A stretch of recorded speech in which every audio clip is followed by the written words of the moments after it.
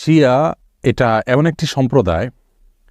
শিয়াদের পরিচয় জানার আগে শিয়া শব্দের অর্থ আমাদের জেনে নেওয়া দরকার। শিয়া শব্দটি বলতে মূলত দল, উপদল বা অনুসারীদের কোনো গোষ্ঠী এটা বোঝানো হয়। শিয়া বলতে বোঝানো হয় শিয়াতু আলিয়িন বা আলী রাদিয়াল্লাহু তাআলা আনহুর অনুসারী গোষ্ঠী, এদেরকে শিয়া বলা হয়। বা আলে বাইত রাসূল করিম সাল্লাল্লাহু আলাইহি সাল্লামের পরিবার কেন্দ্রিক যাদের ভক্তি, বিশ্বাস এগুলো গড়ে উঠেছে তাদেরকে সাধারণত শিয়া বলা হয়।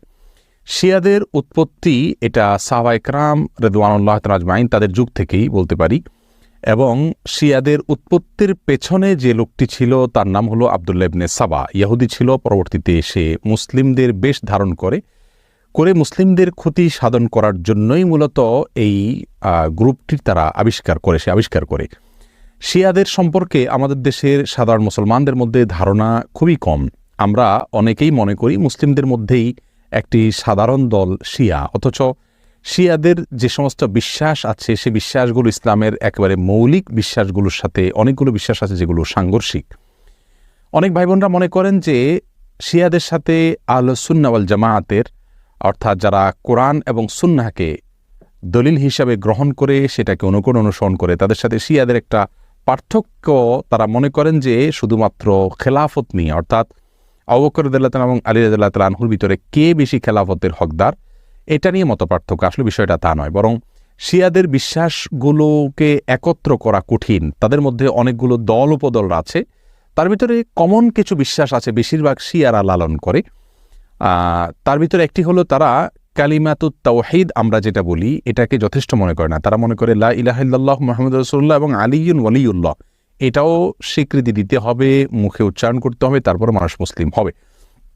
তাদের মধ্যে কোনো কোনো গ্রুপ আছে যারা কোরআনে কারিমের ৩০ পারার যে কোরআন এটার ব্যাপারে তারা সন্দেহ পোষণ করে এবং তারা কোরআনের বিকৃতিতে বিশ্বাস করে বা বিকৃতি করে, এটাকে তারা সঠিক মনে করে বিকৃতি করে থাকে।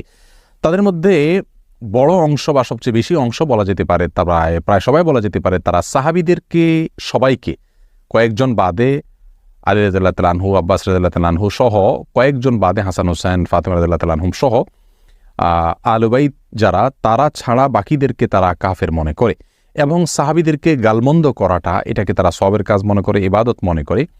আয়েশা রাদিয়াল্লাহু তাআলা আনহা রাসূল আকরাম সাল্লাল্লাহু আলাইহি ওয়াসাল্লামের সহধর্মিণী, তার চরিত্র নিয়ে তারা সন্দেহ করে, যার চরিত্রের বিষয়ে কোরআনে কারিমে সূরা নূরে আল্লাহ সুবহানাহু ওয়া তাআলা পরিষ্কারভাবে ঘোষণা দিয়েছেন। যাই হোক, এ হলো মোটামুটি শিয়াদের কয়েকটা জঘন্য বিশ্বাসের আলোচনা। এবারে আসি শিয়াদের একটা বিশেষ দল, তাদেরকে ইসনা আশারিয়া বলা হয়। মূলত ইসনা আশার শব্দের অর্থ হলো 12।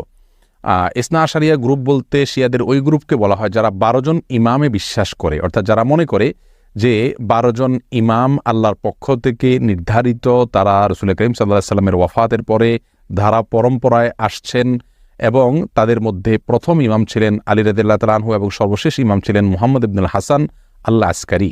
এসব ইমামদের সম্পর্কে, ইমামদের মধ্যে সর্বশেষ ইমাম যিনি মুহাম্মদ ইবনে হাসান আল আসকারী, তারা মনে করে তিনি লুকায়িত হয়ে গেছেন, আবার প্রকাশিত হবেন এবং এই ইমামরা সবাই নিষ্পাপ, তারা কোনো বলতুটির ঊর্ধ্বে, এবং এই ইমামরা সকল প্রকার ইবাদত বন্দিগির ঊর্ধ্বে উঠে গেছেন, তাদের কোনো ইবাদত বন্দিগি করতে হয় না।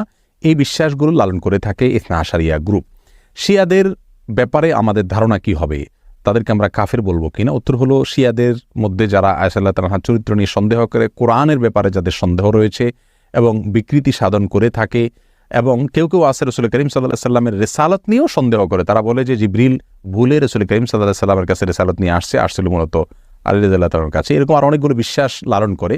এই সম্প্রদায়গুলোকে বা এইরকম বিশ্বাস লালনকারীদেরকে আমরা মুসলিম মনে করতে পারি না। তবে হ্যাঁ, তাদের মধ্যে অনেকগুলো গ্রুপ আছে যাদেরকে সরাসরি কাফের বলা যায় না, তাদের অনেকগুলো ভুল এবং ভ্রান্ত বিশ্বাস রয়েছে। এদের মধ্যে সবচেয়েতে সাধারণ যেটা বিশ্বাসের দিক থেকে সবচাইতে তুলনামূলকভাবে কম জঘন্য বলা যেতে পারে সেটা হলো আবু বকর রাদিয়াল্লাহু তাআলা চাইতে আলী রাদিয়াল্লাহু তাআলাকে খেলাফতের জন্য অধিক হকদার মনে করা। শিয়াদের অনেকগুলো ভ্রান্ত বিশ্বাস নিয়ে বিস্তারিত এবং বিশদ আলোচনা করা দরকার, তা না হলে তাদের বিষয়ে আমাদের ধারণা পরিষ্কার হবে না। একজন মুসলিম হিসাবে আমাদেরকে সঠিক ধারণা যেমন রাখতে হবে, তেমনিভাবে ইসলামের বিষয়ে কারা কি ভুল ধারণা লালন করে সেগুলো আমাদের জানতে হবে। কোরআন নিয়ে যারা সন্দেহ করে, সাহাবীদেরকে যারা গালমন্দ করে, সাহাবীদেরকে যারা কাফের মনে করে এবং রাসূল করিম সাল্লাল্লাহু আলাইহি সাল্লামের সহধর্মিণীর চরিত্র নিয়ে যারা সন্দেহ করে, কোরআনের বিকৃতি যারা সাধন করে, এদের ব্যাপারে আমাদের ধারণা কি হওয়া উচিত, সেটা আমার মনে হয় যে কোনো সাধারণ দর্শক শ্রোতাই আমরা সহজেই সিদ্ধান্ত নিতে পারবো। আল্লাহ তাআলা আমাদের সকলকে সঠিকটা বুঝার তৌফিক দান